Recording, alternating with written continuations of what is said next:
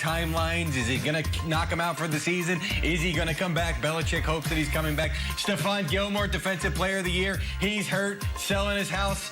I mean, it just doesn't even feel like the Patriots to us anymore. It feels like some other team in the AFC East for the last 20 years. Really scary. There you go, Sean O'Hara. Scary what's happening in Foxborough to the Patriots right now. It's almost like it's 2020 or something, because there's no other way to explain it. Very strange. Weird to see Bill Belichick in that situation. Finally, let's go 6-0 Steelers and the 5-1 Ravens in an old school AFC North battle. Both offenses putting up points from the window to the wall. Pittsburgh 6th in scoring, Baltimore 8th. Plenty of stars on both sides here, including Ben and Lamar, who've never actually started against each other. So this will be a first, and it really just adds another level to this legit rivalry. It's a physical one. It can be nasty at times. But I've always felt as many times as my nose has been broke, we've had injuries. It's been a close game. It's always been football in its truest form in the sense that it's never dirty. It's never been nasty. It's just been hard-nosed football. And so this is one you always want your bye week to be after. Oh, man, I say it's the team going out there battling, but it's the cities too. Like, I feel like our fans, our city, they get the most out of it more. I feel more than we do sometimes, just because, like, I don't know. I can't even imagine, like, being in the stands watching us perform against them or they performing against us. It's going to be a lights-out game. I love hearing the excitement in Lamar's voice there. This game is always so physical, so much fun. Check out the last 4 Steelers-Ravens games played in Baltimore. Nearly identical stats for both teams. 2 wins each. Both averaged a little over 18 points per game, and their numbers in several other categories right there also very close. Maybe a little eerie here on Halloween to see those two things. So, Steelers are on pace to score the most points in NFL history. The Ravens, they have the #1 scoring defense this year. So, Mike Robb, who has the advantage here? You're going with Pittsburgh's offense or the Ravens' defense? I don't know who has the advantage, but I am looking at this Pittsburgh Steelers offense and looking at their wide receiver group. I mean, and it just seems like, who do you want to beat you this week? I mean, do you want Juju to get the rock? Do you want Chase Claypool to get the rock? I mean, last week it was Deontay Johnson. And if this kid can really come on as the Z receiver, I think it really makes this wide receiver group unguardable, as we've been talking about, all morning. Last week he had 9 catches, 80 yards, 2 reception touchdowns. Again, it just seems like Big Ben is taking whatever the defense gives you. If you want to take away Juju Smith-Schuster in the slot, you don't want him to get his passes, then he gets it to Chase Claypool. If you take away the deep ball and take away the fact that he gets the fly sweeps and all of those things, he finds somebody else. I mean, you even look at Ray McLeod. He's affecting the game on special teams. So I look at this wide receiver group, and they have the ability to totally take over games for Big Ben.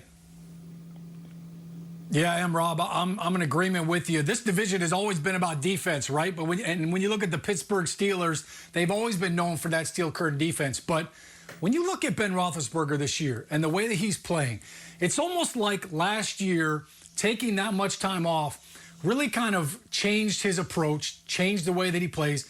And he's getting the ball out quicker now than he's ever done before. He's not taking the big hits that we saw Ben take in prior years. Of course, he's got guys like that, Deontay Johnson, Chase Claypool that you mentioned. They added Eric Ebron as well. So this offense looks totally different, and it's because Ben's getting that ball out, and he's doing a great job against the blitz. Ben has been phenomenal this year, one of the best quarterbacks in the league against the blitz. Conveniently, the Baltimore Ravens blitz more than any other defense in the league, especially on 3rd down. So this is a great little matchup. Of course, this division is always a little bit of a bloodbath, but I think the way that Ben is playing right now, obviously last week he threw a couple of picks, but he's been phenomenal this year, and I think his command of this offense has been great, and I like their edge over the Baltimore Ravens defense. Sean, a huge key there. Wink Martindale has never seen a blitz that he doesn't love to dial up, so you know he's going to bring the pressure. And Ben doing so well against it. So, you know, does Baltimore change up a little bit what they do? Because Martindale talked to the media this week and talked about how this is a better Roethlisberger than we saw before the surgery. He said, I'm not a doctor. Even threw in the old, I didn't stay at a Holiday Inn Express last night. He actually did. Go back and read the Name transcript. drop. But then said he's better than what he was before, and he almost reminds him of a pitcher coming back from Tommy John who's even stronger. But, you know, I've got this game tomorrow. I've been doing interviews all week, and in a sense, it's fun to do, right? It's a great game to cover. But you'll talk X's and O's with people, and then they'll always say at the end, but really it's going to come down to who's playing more physical, who's really willing to do a little bit more. It reminds me of Sean Connery, the late, great Sean Connery.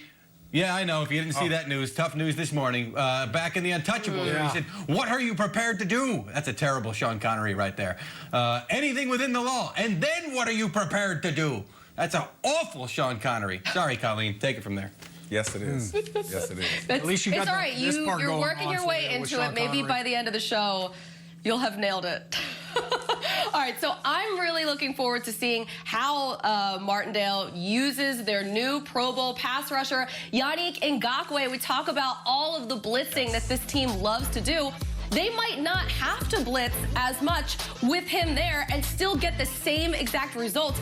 They might, at this point, be able to have a little bit more flexibility to drop an extra man back in coverage and still get those pressures and those hits on the quarterback. Yannick, he joins his old teammate from Jacksonville, Calais Campbell. He's only 25 years old, already has 5 sacks this season, and this is a Ravens defense that is second in the league in sacks per game. So Yannick Ngakoue is going to have a huge impact, I think, on this defense. And you look at the same time last year, week 7, right before the deadline, they made the trade for Marcus Peters, and it was a game changer for this defense. So we'll see if this sort of has the same effect, but he was traded at the perfect time. They were on the bye week, kind of flew under the radar, and had 5 days to study the playbook and then practice with the team. So now we'll see his debut in one of the best games of the week. We'll see. We asked you guys on Twitter, who's going to win this thing? It's a popularity contest at this point in the morning, and the Steelers, they have it right now. 56% of you. Okay. Ravens coming in at 44%. Still close. Steeler Nation. Is. You throw the records out. That's what they always say. All right, gang, coming up next on Good Morning Football Weekend. You know, it feels like we've seen this movie before, but with different costumes. Are Tom Brady and the Bucs as good as it gets in the NFL right now? We'll answer that question. Plus, we're just a day away from Tua time. What to expect in his first start